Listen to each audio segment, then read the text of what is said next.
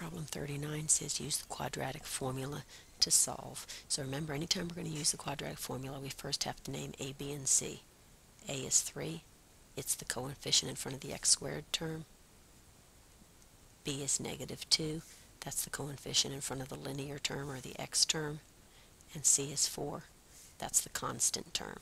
So then my formula is x equals negative b plus or minus the square root of b squared minus 4ac all over 2a. And I'm just going to plug those numbers in. That gives me, first of all, let's find our, we'll find our discriminant. And remember, your discriminant is b squared minus 4ac. So I'm going to do that over here. B squared minus 4ac, which is negative 2 squared is 4 minus 4 times 3 times 4. That's 4 minus 4 times 3 is 12 times 4 is 48, which is negative 44.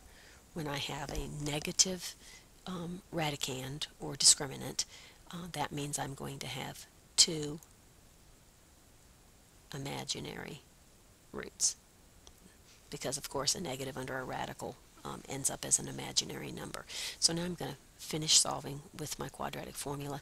Negative b becomes positive 2 plus or minus the square root of negative 44. I just used the number I already calculated there, over 2 times a, that's 2 times 3 is 6.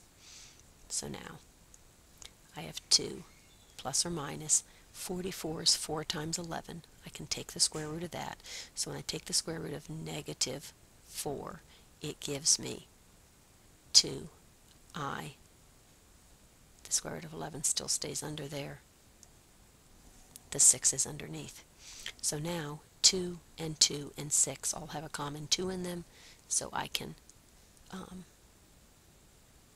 take that out. I can factor that out or eliminate that, and that becomes 1 plus or minus I times the square root of 11 over 3. I reduced those fractions, and that's my final answer. I plus or minus the square root of 11 over 3.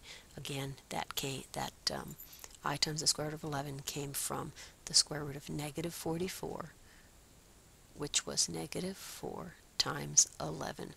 I took the square root of negative 4. The I came out for the negative. The 2 came out for the square root of 4. The 11 stayed under. And now I had a 2, and a 2, which are reducible fractions. Remember, if they all three have something in common, you can reduce them. If only 2 of them have something in common, you can't. It has to be in all 3 places. 2 6 is 1/3. 2 6 is an understood 1 in front of that I, third. That's your final answer.